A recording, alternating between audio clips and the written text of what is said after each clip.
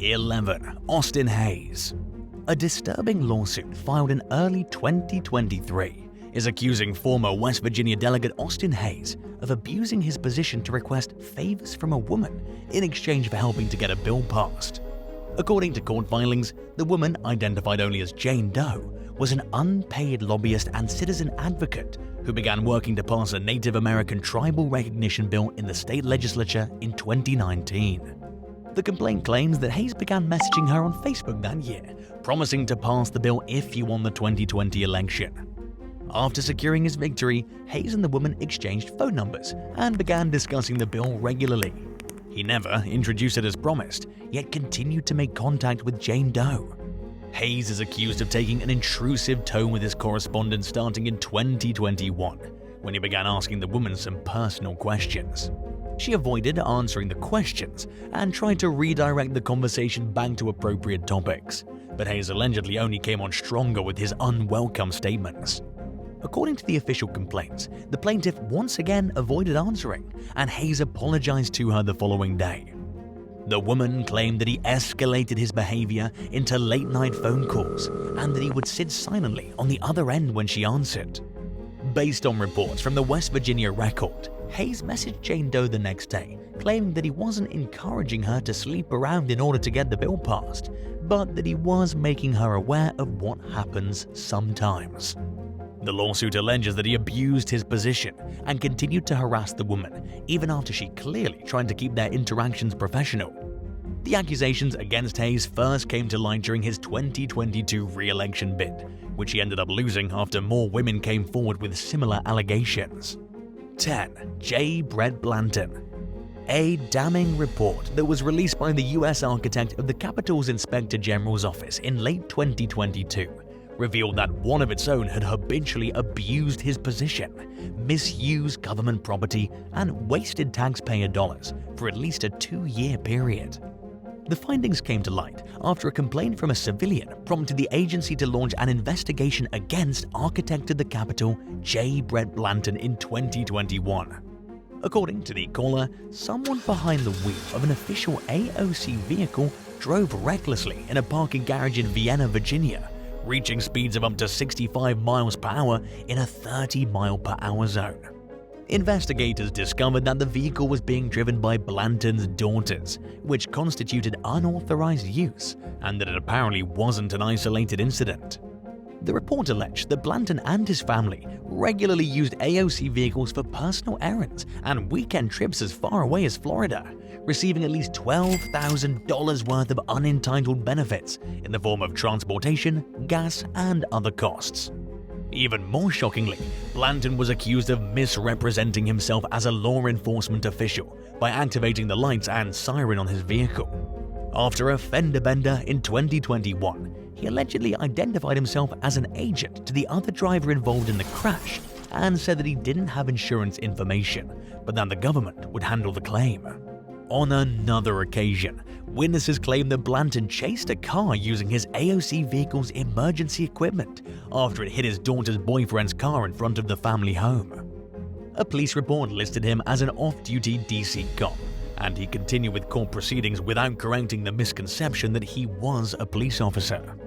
The agency that conducted the report declined to press charges and referred the findings to other government agencies for any recourse they might want to take. 9. Mary O'Connor. Tampa Police Chief Mary O'Connor and her husband were riding their golf cart without a license plate one evening when they were approached by Pinellas County Deputy Larry Jacoby. During their conversation with the deputy, O'Connor asked him if his body cam was recording, prompting Jacoby to confirm that it was. O'Connor then quickly flashed her badge and identified herself as the Tampa Police Chief, then said, "I'm hoping you'll just let us go tonight." The deputy let the pair go. Before parting ways, however, O'Connor handed Jacoby her card and said, "Call me if you ever need anything, seriously." She likely wasn't expecting people to find out about the incident, but they did, and she admitted that her way of handling things could be viewed as inappropriate. In a statement, O'Connor said that she'd expressed great remorse to the mayor, and she apologized to Tampa's residents for her poor judgment. She further added that she didn't mean to put the deputy in an uncomfortable position and offered to pay any citations that her mistakes warranted. O'Connor requested the same discipline that any officer would receive for similar conduct. But her remorse wasn't enough to fix the situation, and O'Connor ultimately resigned from her position. 8. Dennis Baptista.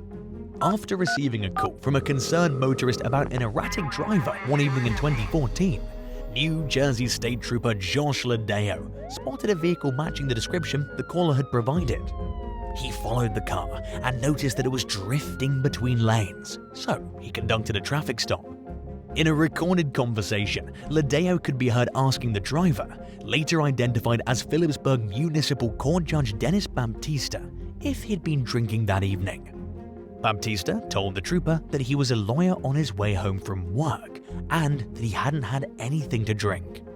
According to court documents, Ladeo noticed a distinct odor of alcohol on the driver's breath. During a field sobriety test, he observed other possible signs of intoxication, including slurred speech, slow movements, and glassy eyes. Baptista allegedly lost his balance and had to lean on his vehicle to stay on his feet at multiple points throughout the test. An audio recording of the interaction revealed that Baptista repeatedly asked Ladeo if they were past the point of the trooper being able to decide against arresting him. He also mentioned that he's a public figure and how a DUI charge would hurt him more than the average guy. But it was Baptista's decision to drive drunk and to mention that he's a judge that really hurt him, not Trooper Ladeo's decision to arrest him for appearing to be intoxicated.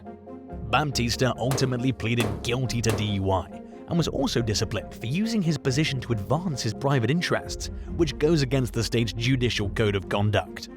He was censured or issued a written reprimand for his professional misconduct and was barred from hearing DUI cases for a year. The judge also revoked Baptista's driving license for 3 months and ordered him to attend drunk driving classes on top of paying a penalty. 7. Peter Lackey. In 2022, authorities in British Columbia announced charges against Royal Canadian Police Corporal Peter Lackey for an alleged history of misconduct dating back nearly 7 years. A Surrey RCMP complaint claims that Lackey used his position as a police officer to obtain information about members of the public who he contacted both on and off duty for the purpose of engaging in intimate relationships. The original charges, which included assault, computer fraud, and breach of trust, were connected to 3 victims and spanned a time period lasting from early 2014 to October 2020. Police then published Lackey's photo, with the expectation that more women might come forward. Several months later, a handful of new charges against him were announced, including assault, breach of trust, and fraudulently obtaining computer services. Lackey, who's been with the RCMP since 2010, remains suspended without pay pending the outcomes of the cases, which consist of 14 criminal charges in total. The exact circumstances surrounding his alleged crimes are unclear, as authorities have released few details to the public so far. In a statement, Surrey RCMP Assistant Commissioner Brian Edwards described the allegations against Lackey as disturbing and encouraged anyone else who may have been targeted to come forward, suggesting that the scandal may be far from over. 6. Vanessa Gibson. In what began as a routine traffic stop one day in 2014, NYPD officer Michelle Hernandez pulled a female driver over in the Bronx for talking on her cell phone while behind the wheel. Hernandez was likely unaware, at least at the beginning of the interaction, that the driver was City Councilwoman Vanessa Gibson. During the stop, Gibson called Deputy Inspector Kevin Catalina, the commanding officer of the 44th Precinct, who instructed a desk officer to tell Hernandez not to issue a ticket. When Hernandez returned to Gibson's car, she handed the officer her phone. Catalina reportedly instructed the cop to issue a verbal warning rather than write a ticket, and reminded her that Gibson was the head of the Public Safety Committee. Hernandez complied, and the ticket against Gibson was voided, but the situation made her uncomfortable enough to keep a copy of the cancelled citation. The city charter dictates that elected officials should be held to a higher standard of compliance with the law, and it forbids them from using their position for personal advantage. Hernandez mentioned the incident in a lawsuit accusing the NYPD of unlawful performance goals that she claimed required her to perform excessive arrests and searches. While the lawsuit was dismissed, the allegation against Gibson stuck.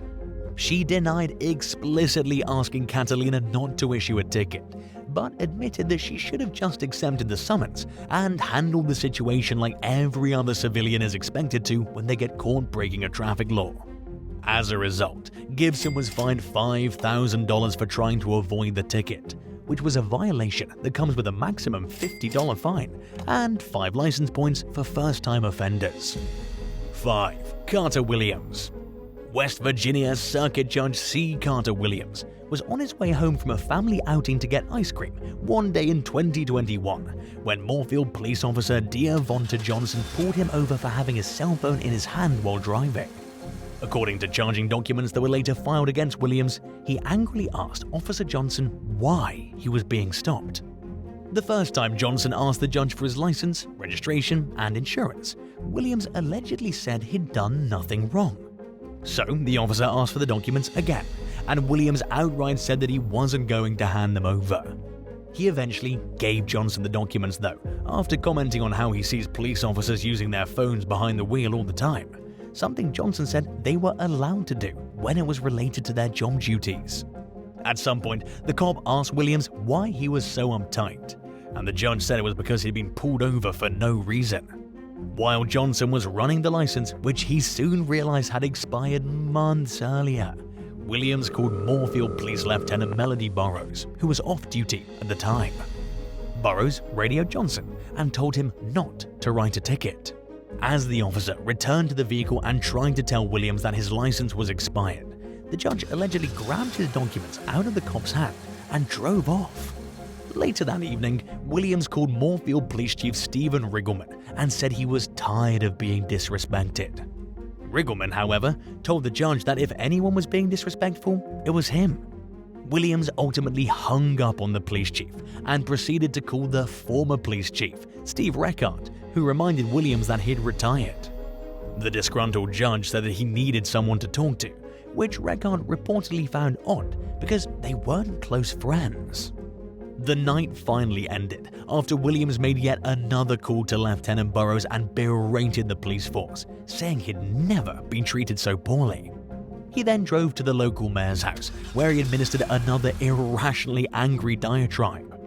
An ensuing investigation uncovered an alleged pattern of Williams using his position to get away with violating traffic laws. Prior incidents included running a stop sign, driving with an expired registration, and not having a seatbelt fastened. A judicial hearing board recommended a 3-month unpaid suspension and a $5,000 fine, along with orders for Williams to pay $11,000 in case-related costs. It also suggested extending the suspension for up to a year if Williams violates the conditions put forth by the terms of the agreement. 4. Nancy Cantor. Rutgers University Newark Chancellor Nancy Cantor was on her way to Newark Liberty International Airport one day in 2019 when her driver hit a parked campus police car. Footage from the ensuing conversation with law enforcement appeared to show a cop struggling to explain to Cantor that he had to take information about the accident, saying, "We have to do our job, just like you have to do your job." When an officer asked to see her ID, she argued that she wasn't driving instead of just handing it over. At one point during the video, Cantor could be heard saying, "If I miss my plane, you folks are in trouble. I'm the chancellor." She then said that she would love to see them do that to the school's president.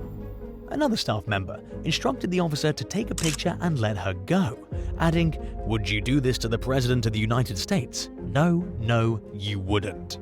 After the clip was leaked several months later, Cantor apologized to the Rutgers University Police Department for her behavior after the fender bender, stating that she wasn't her best self that day.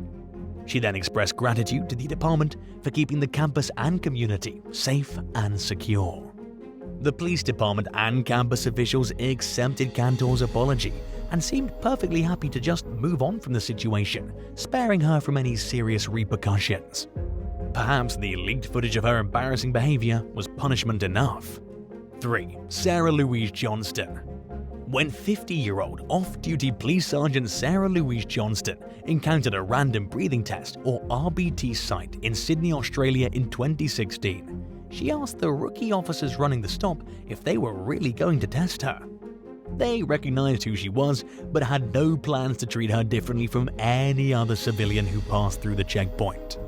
Johnston allegedly tried to tell one of the officers that breath testing her would be a conflict of interest, adding, "Imagine if I blew over, which I won't." She was also later accused of telling the young cop that it would put him in an awkward situation. The two officers manning the checkpoint reported Johnston's misconduct, and she was held criminally responsible for her actions. Throughout the case, it came to light that she'd been out celebrating the new year with two colleagues and was driving home after drinking at least one glass of beer. In court, one of the officers who dealt with Johnston during the stop said that he felt manipulated by his higher-ranking colleague and that her behavior came across as a little aggressive.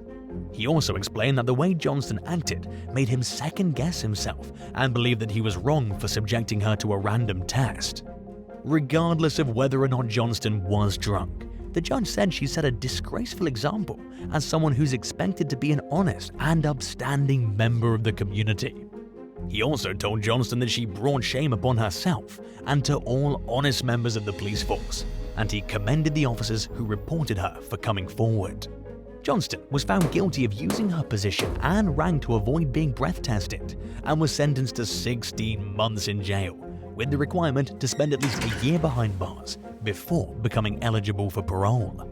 2. Karen Z. Turner. After serving as a financial advisor to Hillary Clinton, Karen Z. Turner became a commissioner with the Port Authority of New York and New Jersey. She also served as a chairwoman of the agency's ethics committee. Her previously impeccable professional record was blemished in April 2018 when she was called to help resolve a matter between police in Tenafly, New Jersey, and her daughter, who was apparently unable to provide proof of insurance or registration when she was pulled over.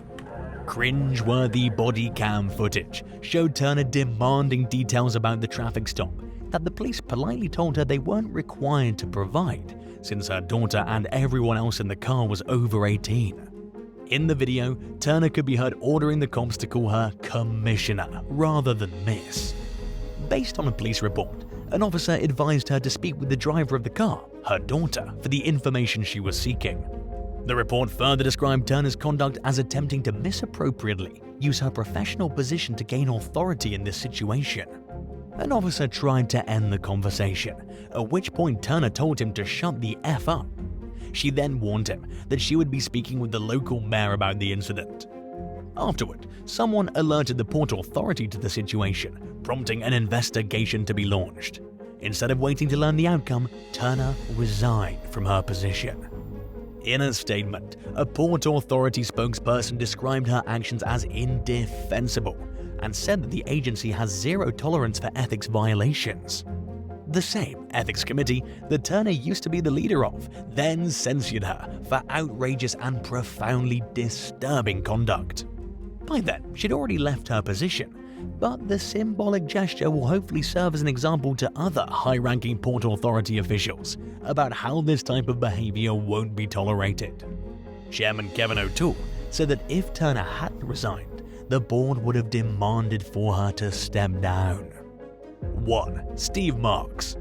In early 2023, the Associated Press got its hands on an internal investigation report from the Oregon Liquor and Cannabis Commission, which found that its director, Steve Marks, and 5 of his top deputies used their position to obtain highly coveted bourbon that members of the public compete for the opportunity to purchase in a state-run lottery. The bottles, which can cost thousands of dollars each and include 23-year-old Pappy Van Winkle whiskey, were diverted to Marks and his colleagues, depriving other paying customers of the opportunity to buy the upscale booze. The investigation ruled that the suspects abused their positions and violated state statutes, including a policy that bans public officials from using confidential information for personal gain. Oregon Governor Tina Kotek called for the removal of Marks and the other officials who were implicated in the scandal, describing their behavior as wholly unacceptable. Marks denied violating ethics laws and state policies, but acknowledged that he received some level of preferential treatment in obtaining the whiskey. He and the co-accused officials denied ever reselling the bottles. Before the findings were uncovered, Governor Kotek had already asked Marks to step down from his position as part of her bid to reorganize state agency leadership. In accordance with her request, he submitted his resignation letter after the scandal broke. Kotek has since called for the firing of any top-level managers within the Liquor Commission who sought preferential treatment in their attempts to obtain liquor. Would you rather work in an environment where you're surrounded by politicians or one that's filled with cops? Let us know in the comments below and don't forget to subscribe. Thanks so much for watching and we'll see you next time. Bye.